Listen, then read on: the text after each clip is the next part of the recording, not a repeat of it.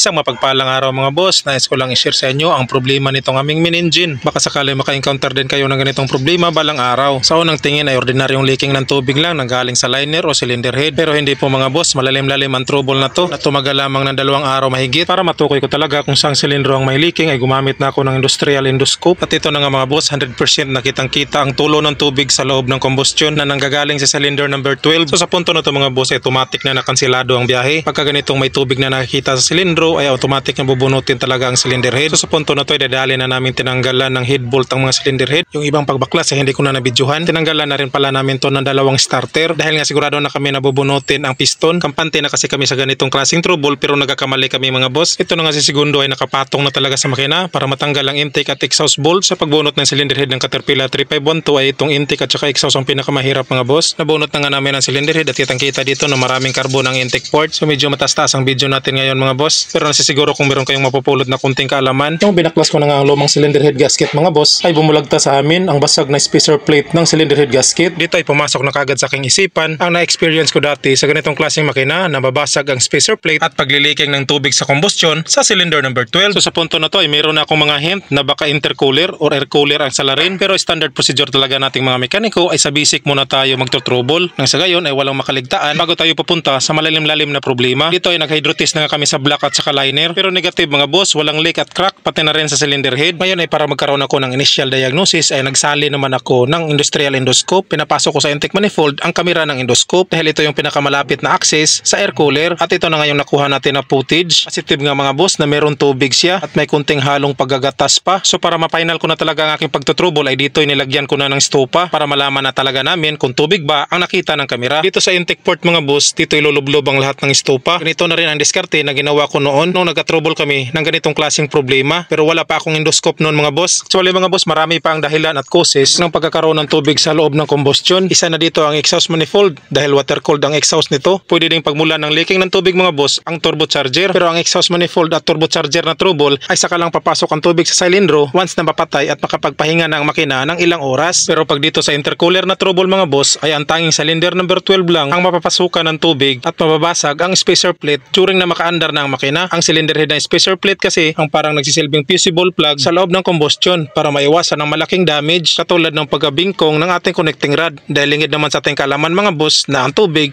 ay incompressible. Mostly sa mga trouble na tubig ang dahilan sa loob ng combustion ay mabibingkong talaga ang ating connecting rod once na nakaandar na ang ating makina. So sa punto na ito mga boss ay nilinisan na nila Wheeler ang cylinder head at nirigrind na rin ang mga valve seat at valve stem. So umuwi muna ako sa bahay mga boss para manahanglian at dito ay dumating na pala ang aking parcel. So another blessings na naman ito para sa paglilikom ng mga gamit pang mekaniko. Maliit na bagay at local lang ito mga boss. Mumurahin lang pero okay na, pang starter pack. Nung hindi pa talaga ako nagbablog mga boss ay wala talaga ako nito. Pero ngayon ay unti-unti ko nang nalilikom ang mga bagay-bagay na gusto kong bilhin na magagamit sa trabaho. Kaya maraming salamat sa inyong suporta at panonood sa aking video mga boss. So dito na nga isinimulan na nga namin ang pagbaklas ng intercooler or air cooler. At shoutout pala ako dito sa lahat ng mekaniko na naka-encounter na ng pagbaklas ng ganitong intercooler. Medyo matagal namin itong natanggal mga boss. Mga tansya ko nasa 8 hours or 10 hours. Pagkatapos ang daming accessories talaga ang natanggal. At ito na nga yung sitwasyon sa loob ng housing ng intercooler. Marami-rami na nga ang tubig na napundo mga boss no. Itong oil pala dito na naghahalo ay pundo pala ito mga boss nung nagkaroon ng sira ang aming turbocharger. Bakit cylinder head number 12 ang tanging mapapasukan ng tubig pagka magkaroon ng leak ang ating air cooler or intercooler? Sa kadahilanan po mga boss na elevated ang pagkaplastada ng ating makina at tanging cylinder number 12 lang ang nasa pinakamababang posisyon na maaaring mapasukan ng mas madali ng leaking ng tubig. So gabi na talaga nang natapos naming mabunot ang intercooler at nag-report na nga ako sa aming technical na bukas ng umaga na namin i-hydrotest ang air cooler. So ito na yung pag-set up ng pag-pressure test namin ngayon dito sa intercooler nang sa gayon ay makita na talaga namin kung saan banda ang leaking. At ito yung gamit namin na hand pump mga boss. So kahit maliit pa lang ang pressure na naibigay ng ating hand pump mga boss ay makikita na talaga natin dito ang pagkakaroon ng pagluha-luha ng tubig dito sa bandang header ng ating air cooler. Mabuti na lang mga boss ay dito lang sa header ang nagkaroon ng leak at hindi sa loob ng plate type na intercooler. Yung gilid ng tubo ng bypass mga boss ay meron din yung leak. So dito mga boss ay medyo lumuwag-luwag ng aking pakiramdam dahil tumugma talaga ang aking hinala na mayroong leaking dito sa intercooler. So pinadala na namin to sa syudad para ma-repair at ito na nga yung resulta mga boss no. Oxyacetylene ang ginamit tapos para makasigurado mga boss ay binatakan pa ng Bilsona at hinhydrotest na rin to nila at umabot lang naman ng 1 araw at kalahati mga boss. So pagdating dito sa barko ay sinit up na agad namin ito. So para hindi na humaba ang ating video ay nag-hydrotest na agad kami at hindi ko na pinapakita ang iba pang mga kaganapan. So far so good, sa awa ng Diyos mga boss ay wala naman kaming nakitang leaking. So magandang indication na ito na pwede na kami makapag-testing pagpaandar.